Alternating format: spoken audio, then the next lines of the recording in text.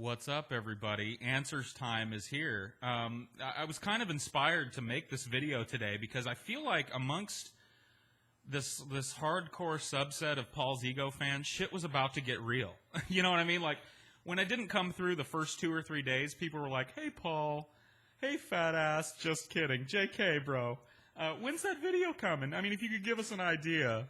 You know, but anyway, take your time. Love your stuff. You know what I mean? And then, like, the last week, it turned, like, nasty. Like, people were getting nasty. It was like, "Hey, fat boy. Hey, listen, I know where you live. And more to the point, I know where your parents live. In fact, I'm sitting out in front of their house right now, watching your mom put her hair into a bun. She just got out of the shower. Such a nice lady. It'd be a shame if anything happened to her. That's where you come in. You're gonna make that fucking Don't talk. Don't say a goddamn word. I didn't tell you you could talk. You're gonna make that goddamn video. Or else your mom's gonna be, shall we say, unhappy. Think about it." You know, like, shit was about to get real. So here I am, without further ado. I guess with a little further ado. I got a lot of good questions this time. I tried to be super fucking uber picky. I don't know how well I did, but I tried to narrow it down as much as possible. So let's just kick it off. Paul, have you ever been arrested? What would you be willing to get arrested for? I've never been arrested. I've been close. I've been really, like, right on the edge of getting arrested before. Cops typically don't like me, and I've come to figure this out over the very few run-ins that I've had with cops. I don't know why exactly, but I really rub cops in the wrong way for whatever reason. And before you say, "Well, it's probably because you're an asshole with them," probably because you're snappy and witty and shitty with them. No, actually, I go out of my way, to be nice to cops because I know that they can really put the shoe in your ass. I mean, it sucks to have to feel that way in a free society, but that is the way it is. I mean, a cop can really fuck your day up. The first time I ever really had a run-in with the police, I was a teenager. And I was riding in the back seat. I was with a group of friends. I was actually in my girlfriend's car. She was driving, and one of her female friends was in the front seat with her. I was in the back seat with another of our friends. And it may have had something to do with the way I looked at the time. You may or may not know this about me, but I used to have lots of piercings. Like, I had gauged earrings. I had a labrae piercing, a tongue piercing, and an eyebrow piercing at one point, and all at the same time. Did I say a tongue piercing? Anyway, yes, a tongue piercing too. And and I used to wear this, like, all the time, and it was really ridiculous. Like, I look at pictures of myself. I do not have, I mean, I know that's kind of fallen out of fashion these days anyway, but I really didn't have the type of look that you needed. There was an edginess to having piercings, and I was the least edgy-looking person, so it just looked weird and out of place on me.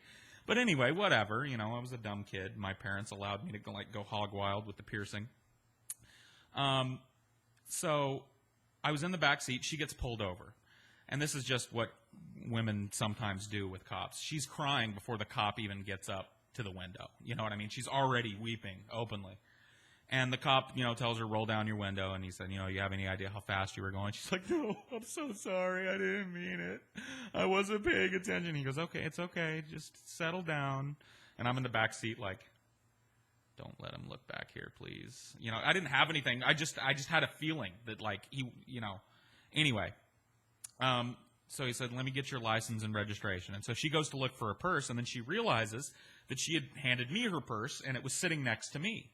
So she looks back and she goes, "Paul, can you hand me my purse?" And I said, "Sure." Now, here was the problem. She had a normal purse with straps and everything. And when I had buckled my seatbelt, like a good citizen, my seatbelt was buckled. When I buckled my seatbelt through one of the straps to her purse. So I picked up her purse and tried to hand it to her. And I was like, "Oh shit, my seatbelt's buckled." Now maybe at this point I should have, like, vocalized this to the cop, but I was trying to get her fucking purse as quickly as possible. So I reached down to, like, unbuckle my seatbelt so I can hand her purse into the front seat. And all of a sudden the cop is knocking on my window now, the left passenger window. and he's got one hand on his gun. He didn't draw it on me, but he's got a hand on his gun, and he said, son, you don't want to be reaching down there where I can't see where your hand is. And I was like, oh shit, her purse, my seatbelt is, he's like, yeah, do it. Just, you gotta let me know when you're gonna reach down there like that. I said, okay, officer. And I hand her purse. Anyway, he looks at her license and registration, and he goes, you know what, miss, can you step out here with me for a second? And I'm like, oh, fuck, like, she have a warrant or something? They step out and go around the back of the car, but I can still hear everything that's being said. And the cop gives her this speech. He said, first and foremost, I want you to know I'm not going to ticket you tonight. You seem like a nice girl. You don't have any prior, traffic violations, anything outstanding. I ran your stuff. You're fine. I want to let you off with a warning. But the cost of that is this. I'm going to give you another warning.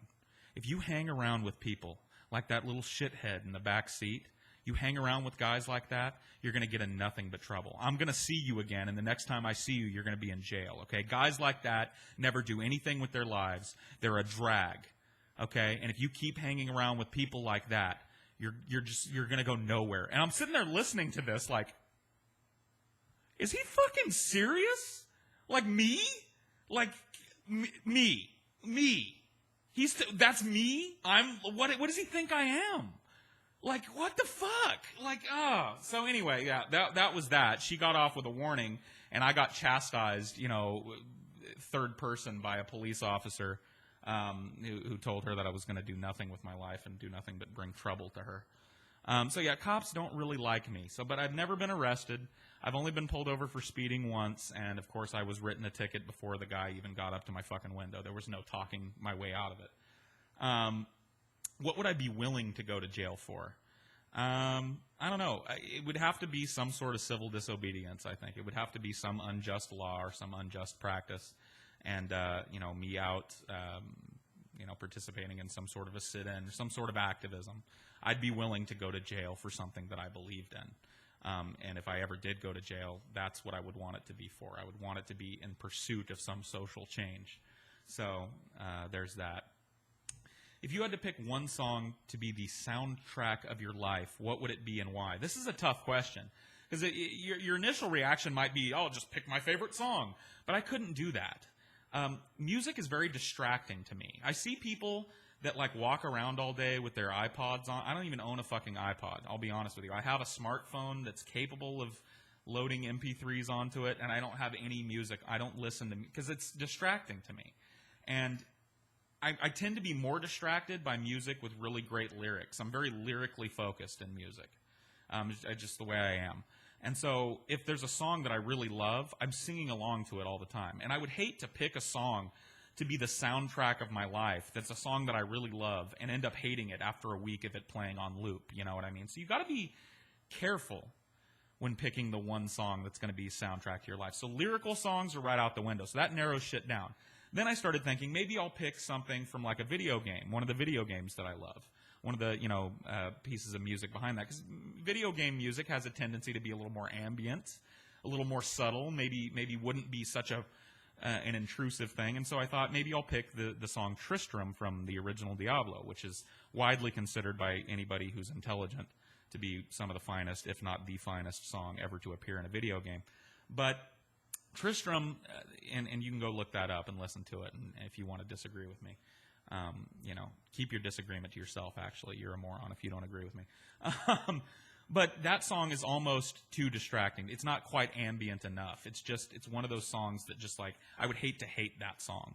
And so my next choice, and this is the one that I went ahead and went with, and I think I've got it here somewhere. Let me see if I can. I opened it before I started this because I wanted to play.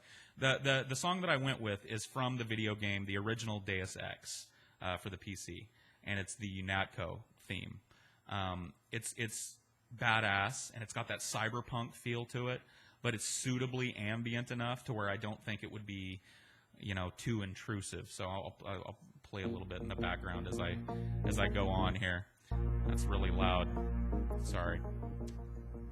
Yeah, this is. I think I could live with this, you know what I mean?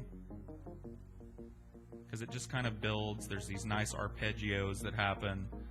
I'd feel suitably like some sort of super agent or something. Love that.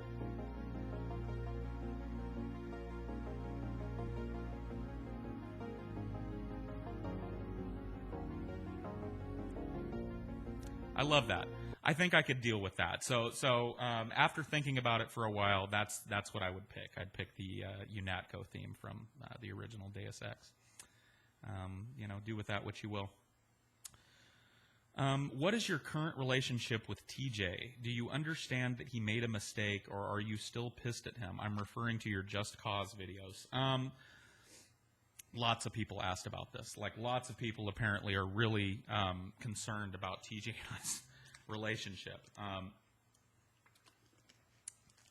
And it's interesting to me. One of the most disappointing things about that little exchange back and forth that TJ and I had a couple of months ago was the audience reaction to it. I think, and maybe part of it was our fault, but a lot of people focused on the pwnage thing. It was like, oh, TJ pwned yo ass, motherfucker. You pwned TJ a new ass. You know what I mean?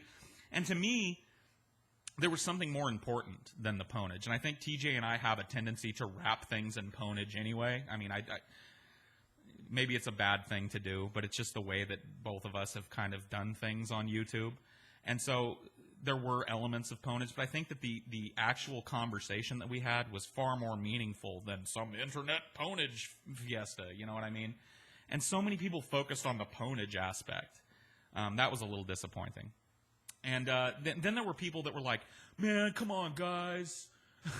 Come on, don't fight, man. You guys are both awesome. I like you both, and I think you guys should work together, man. Don't fight. Don't fucking hate each other now. And I have to wonder, like, honestly, what kind of relationships these people have in their lives where, like, a simple disagreement, even a heated disagreement between two people that respect each other is grounds for just, fuck that person, I'm done with them. You know what I mean? Like, TJ and I, we don't know each other in real life. We've never really interacted much outside of YouTube, blog TV, this kind of internet environment. And I'll speak for myself, for those of you that are really wondering where I stand on TJ. I've always liked TJ.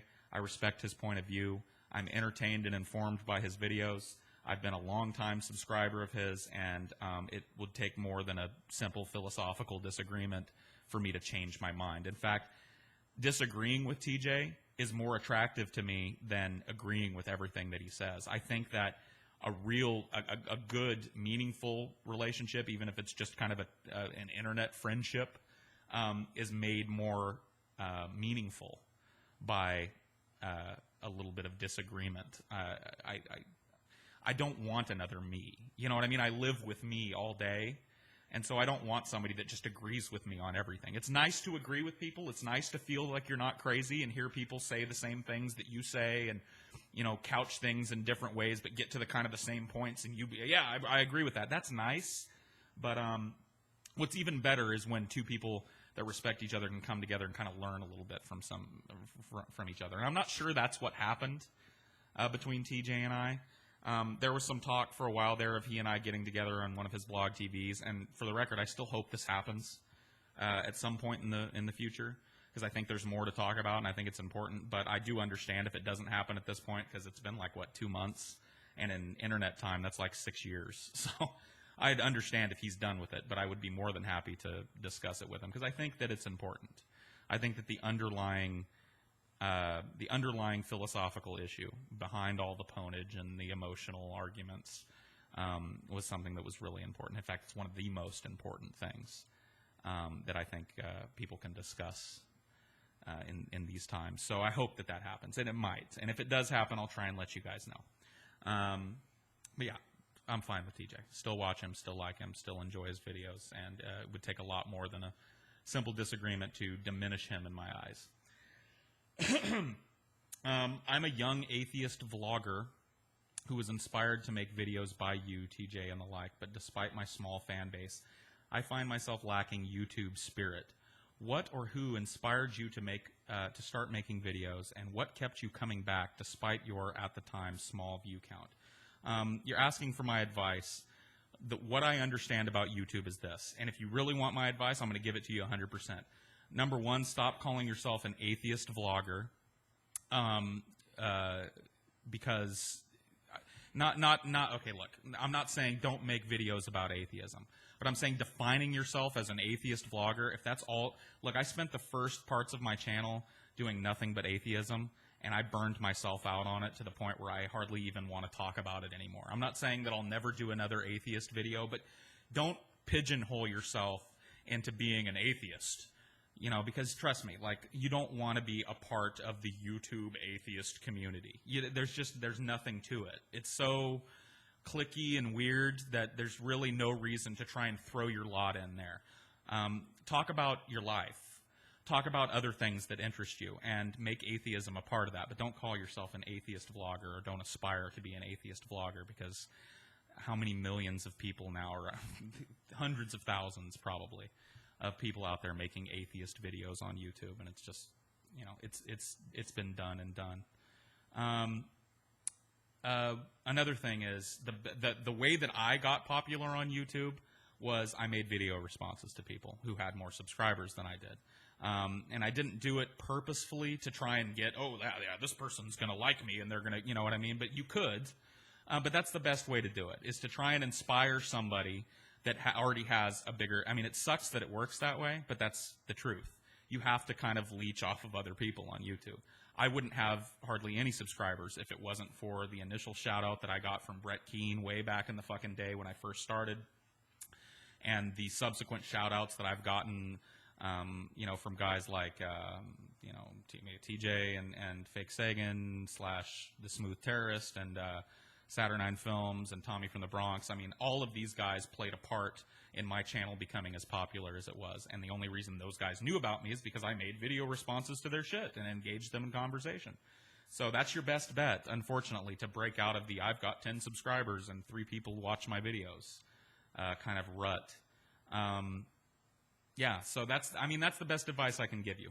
Don't pigeonhole yourself into being an atheist vlogger, because YouTube doesn't need any more atheist vloggers. YouTube, and see, I'm saying that from experience. There are probably people that disagree with me. There are probably people that just watch nothing but atheism. Like, they come home and they watch 6 hours of atheism on YouTube. But for me, what attracts me to a person, to a vlogger, is not the fact that they're an atheist, or the fact that they're a libertarian, or the fact that they're a democratic socialist, or whatever, you know, that they agree with me politically or they disagree vehemently with me politically.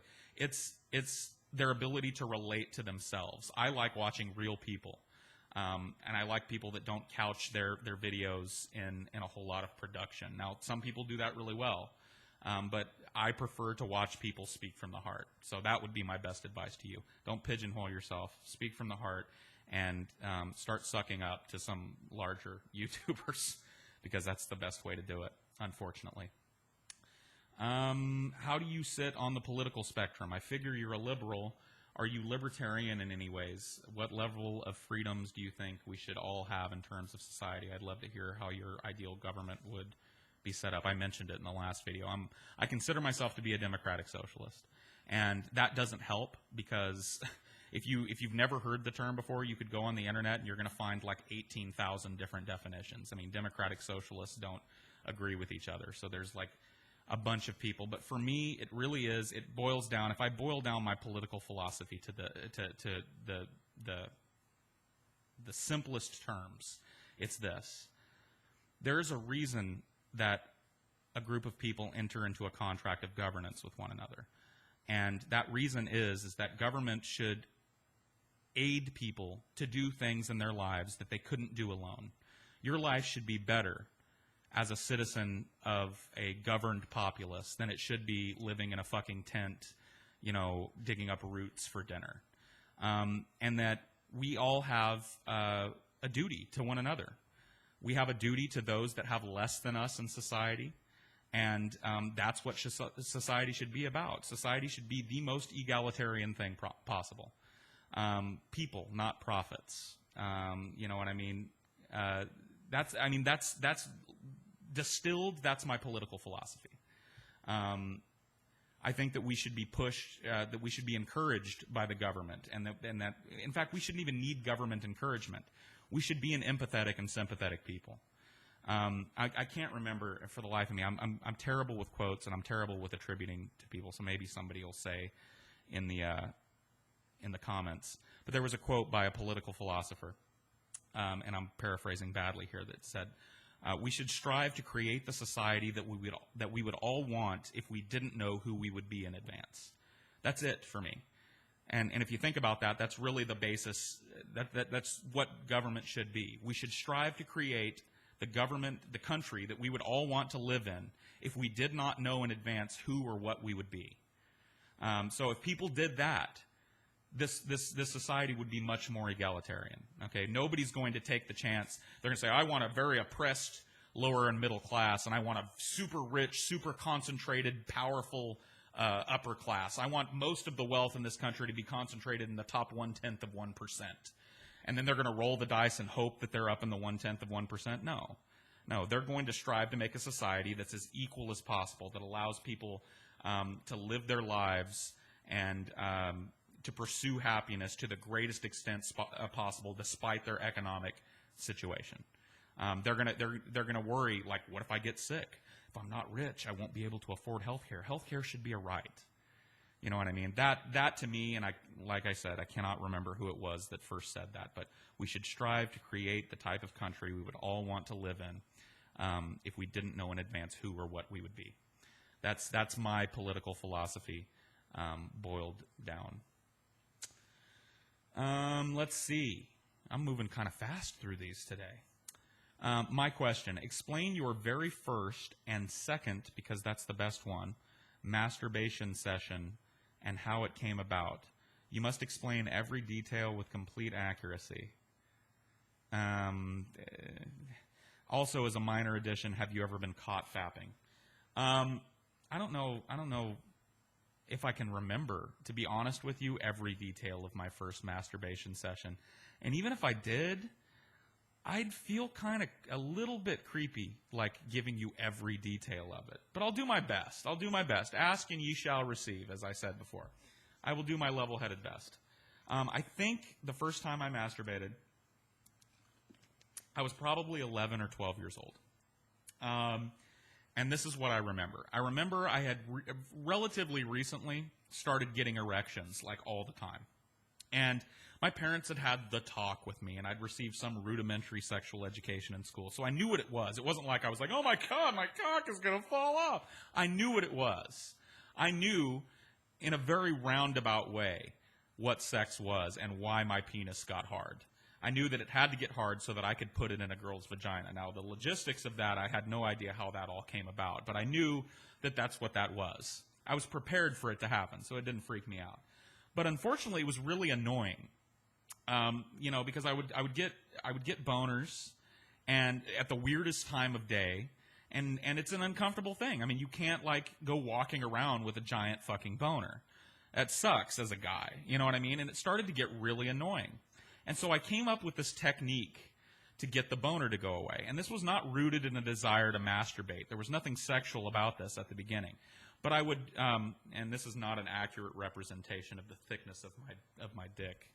It's close, but what I would do is I would grab it like this and squeeze.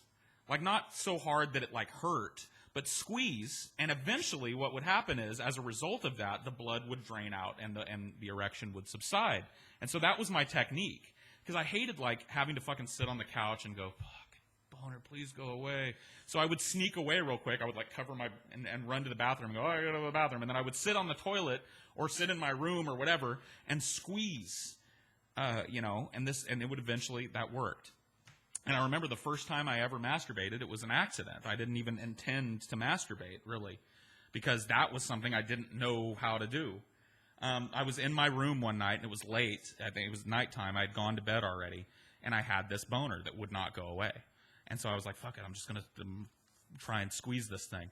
And so I started squeezing it, and I don't know if it was just like, I shifted or something and moved my hand a little bit, and I was like, that was kind of nice. And it didn't take long at all. I mean, it was like, I went, oh, that was interesting. And I went like 2 more times, and I had that did scare me. Now, the erection didn't bother me, because I knew what that was. But the orgasm, nobody had prepared me for that. I had no idea what the fuck had just happened. I was like, holy shit. That was the most amazing thing that's ever happened to me in my entire life. And it started off, like at least 6 or 8 year obsession with masturbation, just constantly. It didn't take long after that till I was a fucking zoo monkey. I mean, like, of course, the next day, all I could think about was like, I want to do that again. And trying to, if I remember correctly, it wasn't easy at first because I really didn't know what it was that I'd done in the first place. So recreating it was frustrating. And so I finally figured out through process of elimination, as most guys do, that lubrication helps. And then I finally figured out after trying many different viscous substances that hand lotion was the good one. And luckily for me, I lived with, let me count, mom, sister. I lived with, at times, because I had 2 stepsisters and a biological sister on that side of my family. I was living with my mom at this point. There was lotion fucking everywhere. Because like chicks, they all have like 8 bottles of lotion. And so I tried the different types of lotions available to me. And the one that I found, and I think this is just a truism throughout the entire world, was good old Jergens. Good old Jergens. Oh, Jergens, I know what you're creating that lotion for. You're not concerned with moisturizing people's hands. Jergens, you're the perfect level of slipperiness and the nice, muted but nice smell that you've got. I know Jergens. Of course it was Jergens, and my mom had, she would buy that tub. You know what I mean? A giant tub of Jergens. And, at first, I was really careful because after I started doing this, the biggest dread, of course, is like you said at the end of this question, getting caught fapping, and I have been caught fapping, by the way, twice, and I'll tell you both of those. You don't want to get caught, so I was super careful at the beginning. I would wait until my mom was like at work, and I would sneak into her bathroom and steal her giant jug of Jergens and go back, to my room and defile myself. All night long, for as long as I possibly could stand to, until my mom was about to come home, and then I would replace the Jergens, right? I was real careful at the beginning, but then as time went on, I started to get sloppy, and I started to discover one of the greatest things in the world, which I know most guys will attest to this, is there are a few things greater in the world than jerking off and then taking a nap. And that was my downfall, everybody. Jerking off and then taking a nap was my downfall. Because what happened is, I spent all day jerking off, and I was like, oh, man, I sure could use a nap. It's been a hard day, let me tell you. And instead of doing what I always did and carefully going back into my mom's room and replacing the Jergens, I placed it in I was like, I'll put that away later. Mom's not going to be home for like 6 hours. I'm going to take a little nap. So I put it in my nightstand and closed the door of my nightstand and forgot about it, completely forgot about it. Mom came home, and I just completely forgot that I had the Jergens in my room. And this is where shit gets humiliating, right? Because even at the time, I knew my mom knew when she approached me the next day and said, it was so fucking awkward, you know what I mean? She comes up to me and she's like, Paul? Like, yeah? Do you, I don't know how to say this. Do you, have any idea where my Jergens is at? And instantly the blood drains out of my fucking face. I'm like, I have the Jergens in my room. Fuck! And I'm like, what? What is that? She's like, my Jergens hand lotion. It went missing. I went to use some this morning before I went to work, and I couldn't find it. You wouldn't know where that's at. And I knew that she knew. It was just so obvious. And she was trying. My mom's really nice. She's a really, really selfless woman. And she was trying so hard not to embarrass me. She was giving me every fucking opportunity to not be embarrassed, but there's just no way. She's like, do you have any idea where that Jergens might have gone to? I sure would appreciate if that Jergens, if you do see it, let me know, because that stuff's kind of expensive. I don't want to have to buy a whole nother thing of it. So if you see it around, I'm like, oh yeah. If I see it around the house, I'll, I don't know why you would even ask me about the Jergens, because I'm a dude. I don't use lotion. You know what I mean? But if I see it laying around, I'll tell you. She goes, okay, thanks. And instantly I went back to my room and started plotting. There had to be a way out of this. There had to be a way for me to save face. And, you know, of course there was really no way. But I could not imagine having to go to my mom and go, oh, yeah, here's your jerkins. I didn't want to have to look her in the eye. I didn't want to have to talk to her. I just didn't want her to know. And so I came up with this plan. I waited until she left the house that night. And then I took it back in her bathroom. But did I place it right back up on her sink where I was getting it? No. No, that would have been dumb. That would have invited her to go, oh, you brought the jerkins back. I didn't want that. So I thought, I was like, I have to make this look like it was her fault. And then I realized her sink was right next to her toilet, right? She had the sink with her vanity mirror and the sink, the bowl sink, and then right next to that is her toilet. And I was like, what if I put the jerkins behind the toilet on its side? So it looks like it fell off the counter. Like she was just tired, getting ready for work, and just oops for a bit, and then it would be her fault. And then she would have to, like, admit to herself that I wasn't jerking off with the jerkins. Yes, it's perfect. And so that's what I did. I put the jerkins on the floor behind her toilet and like really positioned it. So, in fact, I think I knocked it off a couple of times and saw how it fell. And I was like, yeah, that's perfect. Yeah, that's exactly how it would fell. If I woke up in the morning and stumbled and was like, oh, I need that. And yeah, perfect. I put it there and I was like, oh, I fucking dodged the bullet on this one. And of course I didn't. My mom knew exactly what was going on because she approached me like the next day. And she probably could have just let it slide. But I think that she, you know, wanted to win for whatever reason. And she goes, oh, PJ, you know what? I'm sorry, PJ. That's another of my nicknames. My family called PJ's for Paul Jr. I'm a junior. So PJ, yeah, you know that jerkins? I was like, yeah, whatever, that lotion shit you were talking about? Yeah, what about? It's like, yeah, that, you know, I found it behind my toilet. I must have knocked it off behind.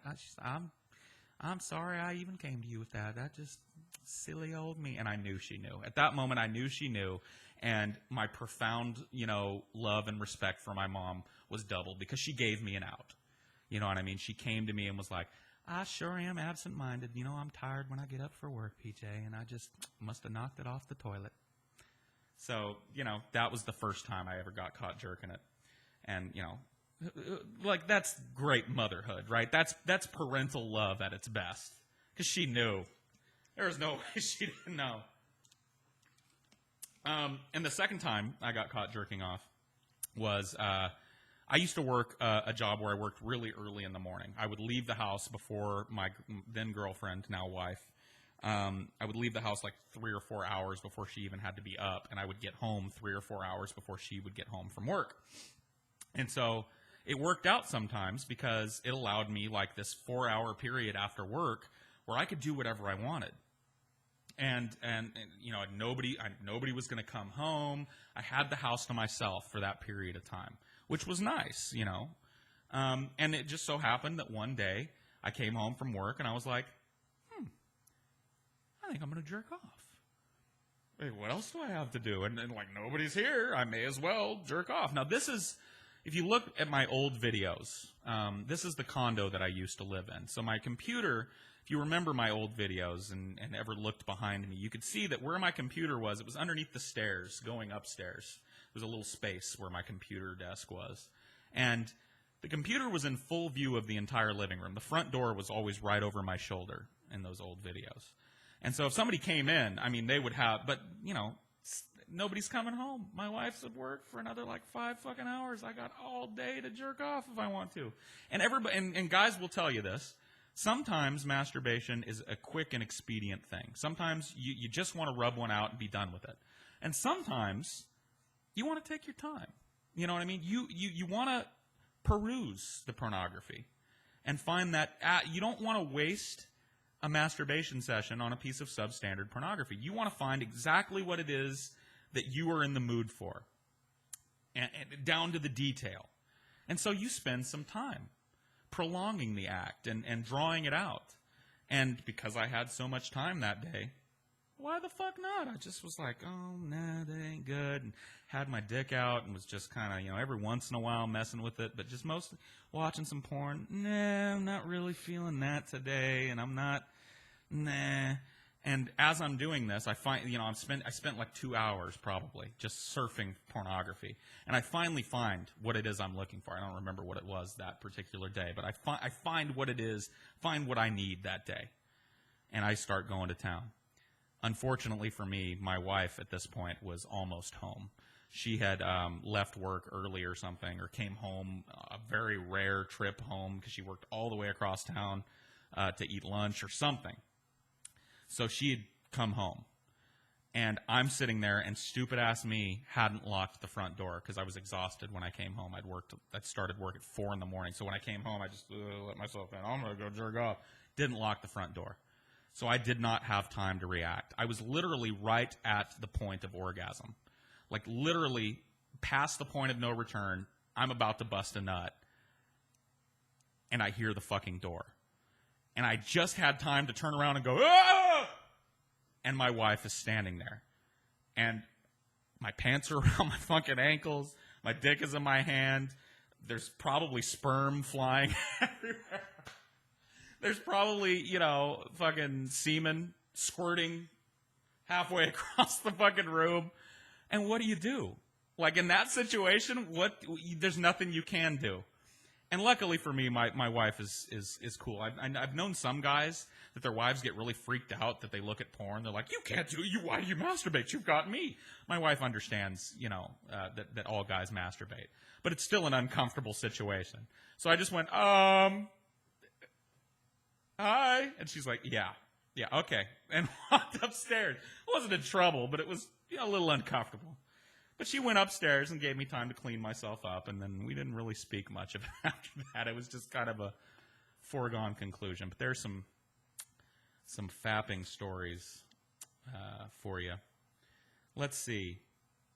Have you ever had a gay experience? If not, would you be interested in one? This is actually a tough question to answer. My initial response is no. But if I'm honest, I started thinking, and I thought back over the course of my life and the memories that I have and the stories that I've accumulated in those times. And there are 2 incidences that I'm not 100% sure if they qualify as a homosexual experience or not. And I know that there are some of you out there like, dude, if you have to think about it, it's probably gay. Okay, well, whatever. But I'll tell these stories, and I will leave it up to you to decide whether or not I've had a homosexual experience. Because I don't know which way I don't know how to call this. The first story happened when I was 5 or 6 years old. And that right there is the reason that I kind of discount it. Because I'm pretty sure that kids of that age don't really have a concept of sexuality. And if they do, it's kind of a proto-sexuality. So there's not, I don't know that it's possible for kids to have of 5 years old to have a homosexual experience, but I'll tell you the story. Here's how the story was told to me, because I don't have a whole lot of clear memories of this, but my mother has told me the story, and I have no reason to believe that she'd ever lie to me. So I was hanging out. I was 5 years old, and my best friend at this time was a kid named John, and he was a year older than me, so he would have been 6 at the time. And we grew up at this time. I lived out in the country, so we had a lot of land. And kids out in the country had a lot more leeway than city kids do these days. I mean, it was not uncommon for parents to let 5, 6, 7-year-old kids run around in the yard and run across the street if they wanted to. I mean, there was no car. It was country. So my mom put us out in the backyard and was like, hey, you guys play. I'm going to go make lunch. And so she went inside to, make us some grilled cheese sandwiches or, some hot dogs or something for lunch. She comes back out to say, hey, guys, come get lunch, and she goes into the backyard, and John and I are nowhere to be seen. And right as she notices that we're nowhere to be seen, she hears us around the corner of the house where the driveway is. And so she starts walking over there to come get us. Walks over to the driveway, doesn't immediately see us, and then hears somebody again, and she realizes where we are. We are in the bed of my dad's pickup truck. My dad had one of those old 1969 Ford F-250s or F-150s or something, just a really old pickup truck with a big bed. And like I said, I don't have clear-cut memories of this, so I'm just relaying to you the story that my mom's told. This is the scene that unfolds as she walks over to the pickup truck. She walks over to the pickup truck, and the first thing she sees is me. And I am on my hands and knees in the pickup truck with my pants and underwear down around my ankles. and my ass sticking up in the air. Then her eyes drift to John, who is sitting a couple of feet behind me, sitting Indian style behind me, with his hands, his head on his hands like this, and he's very academically examining what's going on, in my ass, balls, and penis area. Just very, studiously like, My mom takes a second look at me, and this is when she realizes what it was John was really checking out. And apparently, I had a plastic toy screwdriver. Those little tool sets that little kids have. I had a plastic toy screwdriver buried to the hilt in my asshole. And that's what John was checking out. He was like, that's an interesting situation. I did not know that you could put a plastic screwdriver in an asshole. And I was apparently perfectly happy to show him that it was indeed possible. Now, I don't know who put the screwdriver in my ass. I don't know if it was me or if he assisted. I don't know if that has a bearing on whether or not it was a homosexual experience. But I do know that, if we were much older, certainly if we were 12, that would be considered a homosexual experience, or if I did it now, if I called my roommate Brian and I was like, hey dude, come here. It's like, what? I'm like, I'm going to get on my hands and knees and I'm going to jam this screwdriver in my ass and I want you to check it out. Oh yeah, sure dude. Yeah, that would be, at this point, it's a gay experience. When I was 5 or 6, I don't know. So you tell me. The second one, second one's a little more complicated. Second one is going to require a little bit more explanation, and I hope you'll bear with me. The second one happened when I was 14 years old. No, I know. Oh, yeah, it's a gay experience. It is. That's and maybe you're right. I don't know, but I'm going to tell the story. I was 14 years old, and interestingly enough, John is involved in this one too. We were still friends at this time, although he wasn't directly involved this time. It just happened at his house. At a get-together with a bunch of guys. So John and I were hanging out. His parents had gone out of town for whatever reason, and we decided that we were all going to hang out over at John's house and sleep over, play video games, and drink. Now, I've stated before that I grew up in an alcoholic household. So at 14, I'd already been drunk several times, multiple times. This was no new ground to me. And I had drunk before with John and Jason and Matt, who were the other guys that were there. We had all been drunk together before, and it was perfectly fine. We sat around, had a few beers, had some shots or whatever, played some video games, passed out, everything was fine. The wild card in this situation was my friend Waylon, who I believe I've mentioned in previous videos. Waylon and I have known each other since we were 6 or 7 years old, and he's my longest-lived friend. I've known him longer than I've known any of my other friends. We're still friends to this day. We still kick it. Waylon was raised in a much more sheltered environment than any of the rest of us. Waylon had never touched a drop of alcohol before. And I guess if I was a little bit older and a little more mature, I would have been more trepidatious about the situation. Because, let me just digress for a second. Growing up in an alcoholic household, I've come to really respect people that can handle their drink. Because it's a skill. Handling your liquor and or any other substance that you choose to take is a skill. And it speaks a lot to me about a person when they can come to a social gathering, get drunk or stoned or shroom or whatever, and not be a burden on everybody else at the party. It's a skill, and it's something that gives people instant respect points in my mind. If you can drink and remain mellow and not be a burden and not require constant babysitting, then you're already pretty cool in my book. But then there are other people, and you know who you are. I'm sure there are some of you out there. People that when they drink, they have major inhibition problems and require constant babysitting. So now the party, for most of the people at the party, is no longer about socializing, having fun, joking around, getting a little buzzed, drinking, having a good time. Now it's about holy shit, what's this guy going to do? Is he going to get in a fight? Is he going to pull a knife on somebody? Is he going to punch somebody in the face? Is he going to trip and bust his head open? Is he going to puke all over the couch? You know what I mean? This person is now the focal point of the party, and not in a positive fucking way, right? You're having to babysit this asshole. I fucking hate that. Because I don't think there's an excuse for it. Maybe there was an excuse in this instance in Waylon's case, because he'd never been drunk before. But Waylon continues to be, and he's mellowed in his older years, but he continues to be a guy that when he reaches a certain level of drunkenness, everything at the party becomes about him, because he's yelling and screaming and tripping on things and grabbing sprinklers out of the ground and throwing them, and I dropped your phone down the toilet, I'm sorry. You know what I mean? He's that guy. And if you've had that type of experience drinking before and you continue to do it, fuck yourself, please. Go fuck yourself, please. Let the rest of us adults have a good fucking time and drink alone. Drink alone so you can, hey, stumble around your fucking room by yourself, you know, and make yourself miserable, and let the rest of us handle the social drinking. Learn your fucking limits. You know, if you're the type of person that reaches a certain level and become blackout drunk, don't drink to that level. Have a few beers, get a nice buzz, and have a good time like a fucking gentleman. Or a lady. Such as the case may be, because women don't get a pass on this. There's some fucking dumbass, drunk-ass women, too. Anyway, Waylon's first time drinking in this story. So we had no way of knowing that Waylon was going to be like this. He was a crazy kid, but we were all weird, crazy, nerdy, dorky kids, so that wasn't, to me, any indication that he was going to be a retard when he was drunk. But it turns out that he was. It started off okay, but once Waylon reached a certain level, he started getting louder, started to get obnoxious. At one point, he picked a fight with this other guy that was there, Jason, who is this really soft-spoken, unassuming guy that would never fight anybody, and he, like, shoved this guy. I had to go break that up. So now, and it's early, too.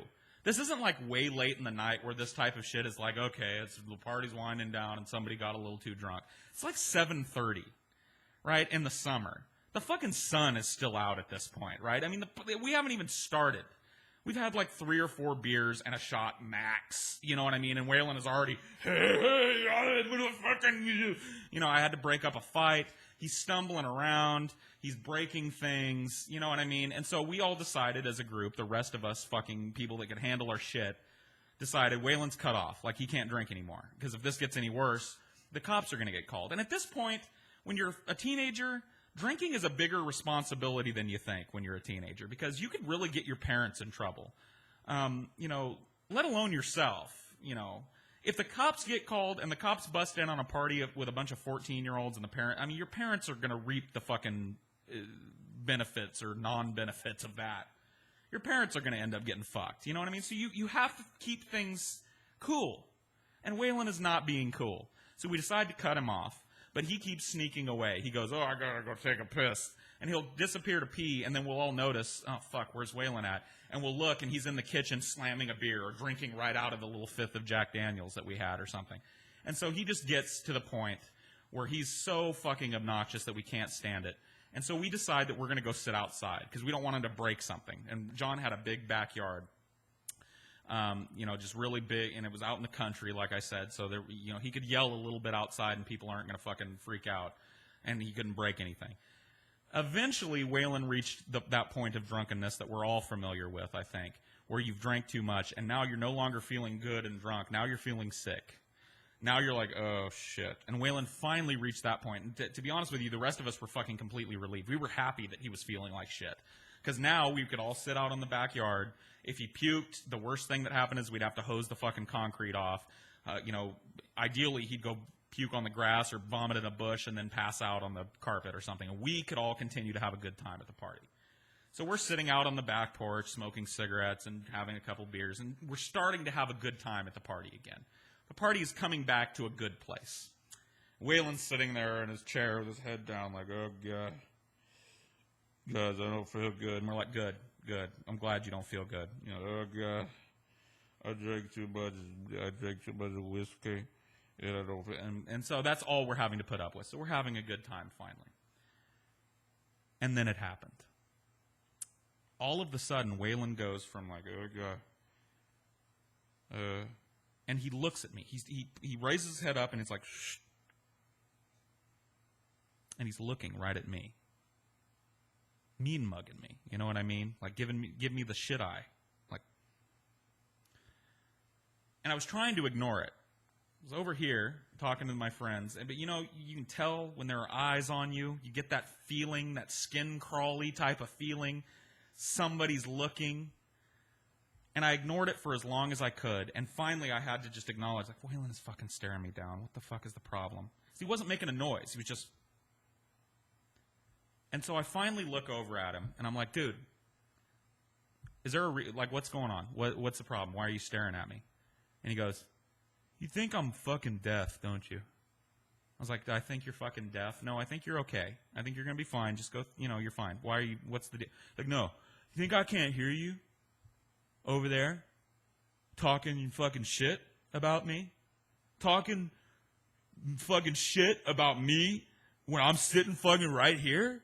Like, you're gonna fucking talk shit? You're gonna run your fucking mouth? Now, it's at this point that I had a choice, and I probably made the wrong choice. Having dealt with drunk people in the past, I probably should have just gone, dude, I'm sorry, whatever I said, I apologize, I didn't mean it, just chill out. And I might have been able to diffuse the situation. But up until this point, I'd been dealing with Waylon's bullshit for so fucking long that I wasn't going to pretend I wasn't talking shit or even pretend I was sad about it. I was going to tell him the truth. And so I said, yeah, dude, I'm talking shit. Everybody at this table is talking shit because for the last hour and a half, you've been acting like a dick. I was like, everybody else here is fine. We've all been drinking too. Notice none of us are flailing around, screaming, picking fights. I mean, you've been acting like an asshole. And when you act like an asshole, people tend to talk shit.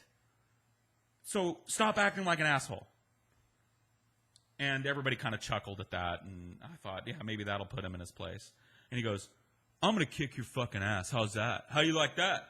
How's that? How's that for being, you know, the belligerent fucking, your typical belligerent fucking macho drunk, right? How about that? How about I fucking beat your fucking ass, and then we'll see who's talking shit, bro. How about that happens? I'm like, dude, seriously, calm the fuck down. Honestly, you're not going to beat anybody's ass. Don't fucking be stupid. There are like 4 of us and 1 of you. Nobody here is going to allow you to beat anybody's fucking ass. Just please calm down. Why don't you go lay down? Why don't you go lay down on the couch, or we'll make you a little bed out here or whatever. You'll feel better. And he's like, no. I changed my mind, bro. I changed my mind. I'm not gonna beat your ass. I was like, good. I'm glad to hear that, Waylon. Thank you, bro. He goes, no, I'm not gonna beat your ass. I'm gonna fuck you up the ass. Now, at this point, everybody at the party laughed. Everybody except for myself and Waylon. The other 3 guys at the party thought that was hilarious. And to be honest with you, if it wasn't directed at me in this particular situation, I probably would have thought it was hilarious too. I probably would have been ha-ha-haing along with the rest of them. But the reason that the rest of them were laughing and I wasn't was because I was looking right into Waylon's eyes when he said this. And he was giving me a look that I can't reproduce for you because I don't think I've ever had the occasion to ever give a person this look in my entire life, nor would I know how to if I wanted to. It was a look I can only describe as the I'm going to pull my penis out and stick it in your unwilling asshole look. It was the most frightening look anybody, I think, has ever given me. It was... And this is, like I said, a poor reproduction, because I don't even know how to act this. But he was like,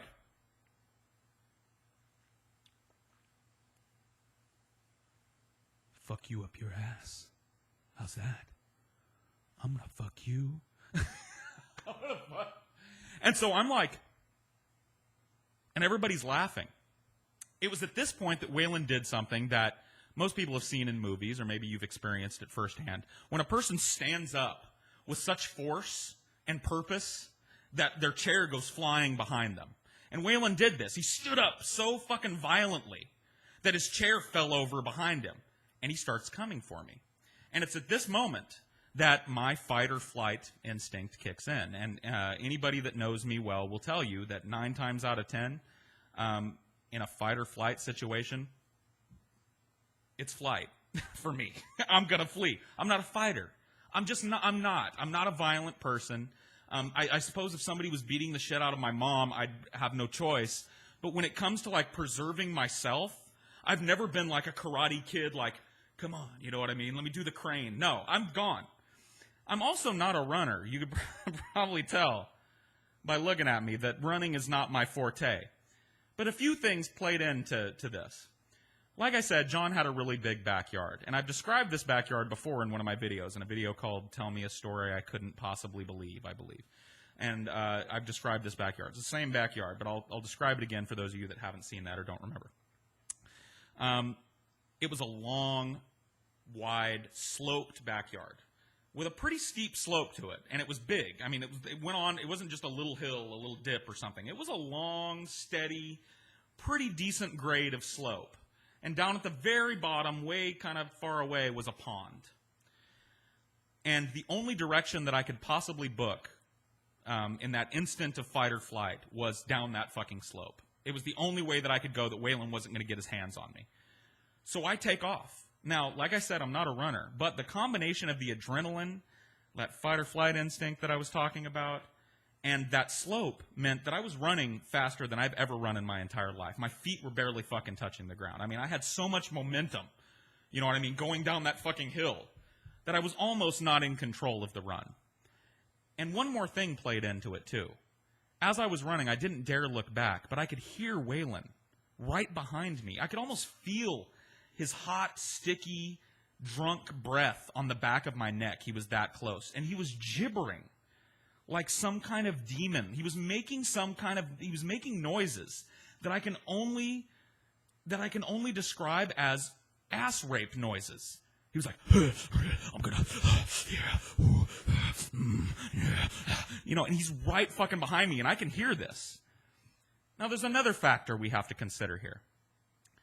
At this time, I was 14, so this would have been this would have been 1994.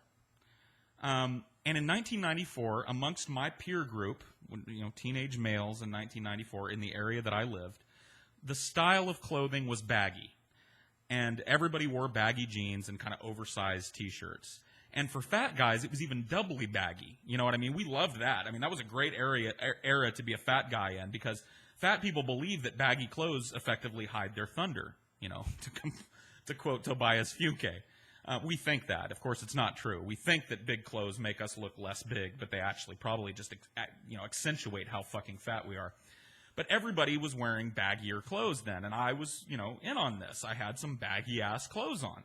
Problem with baggy-ass clothes on is that they don't fit. And so as I'm running, which is not something that I ever did in these pants are starting to slip down. And so I've had to, instead of pumping both arms like this, trying desperately to get away from the rapist behind me, I'm now grabbing the waistband of my pants with one arm, trying desperately to keep them up while I run, with Waylon gibbering right behind me and the just fear and adrenaline pumping through me. And finally, I lose that battle, and the pants slip down.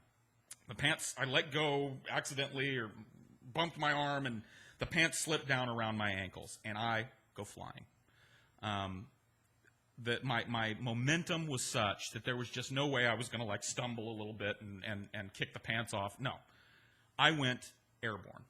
I was still only halfway or so down this fucking hill, and I just took flight. I just fucking immediately airborne, right?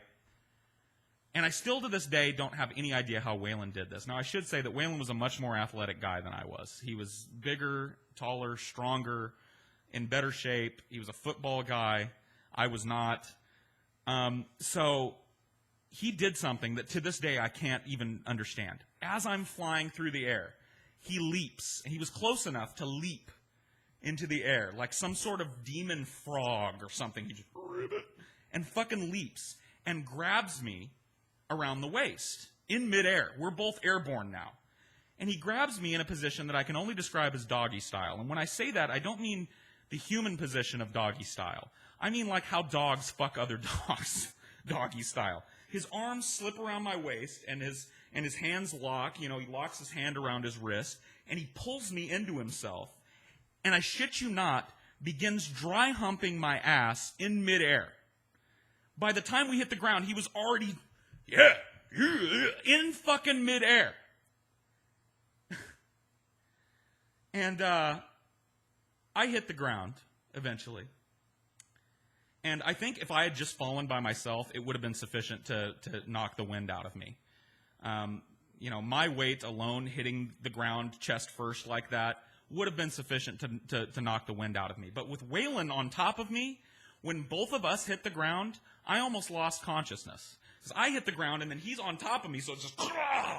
I almost lost consciousness. I mean, I hit the ground so fucking hard. Now, mind you, the reason I fell was because my pants fucking fell down around my ankles. I still had my underwear on. Waylon is dry humping me through my underwear, through his jeans and through my underwear. And while I hit the ground, the air gets knocked out of me. And anybody that's ever had their wind knocked out of them knows it's one of the most terrifying things in the world. You hit the ground, your first instinct is to take a giant gasping breath. And you go, ugh, and there's nothing there. You can't breathe. Waylon didn't skip a beat. He hit the ground, bounced off of me like I was some sort of fucking flotation device or fucking fall-breaking device, and instantly just pulls me up to where my ass is in the air and starts fucking dry humping my ass. He's like, fucking told you. And I can't scream. I can't breathe.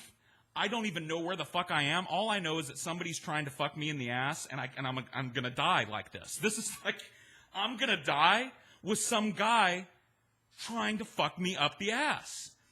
And finally, I get enough breath. You know what I mean? I croak enough breath into my lungs to let out a rudimentary scream. Something primal from deep inside of me. Something that human beings don't use all that often anymore in modern life. Just a... And luckily for me, my other friends at this point... Oh, my God. My other friends at this point had run down the hill and managed to dislodge Waylon from me and hold him down and allow me to gain back my ability to breathe and think. But at that point, your dignity is gone. You know what I mean?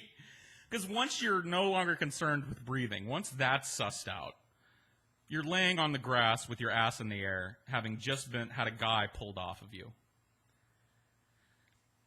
I don't know if that counts as a homosexual experience. There was, to my knowledge, no penetration. My underwear never came down, and I don't think that he had time enough to get his pants down and his dick out. But it feels distinctly sexual. There's something about it that feels distinctly, even though it wasn't something I asked for. It feels like so I don't know. I will leave it up to you guys to tell me whether or not I've had whether or not I've had a homosexual experience. Let me know in the comments. I think I'm going to call it a video dare. So that's part one. I will hit you back up. I will hit you back up with part two soon. So until next time. Peace.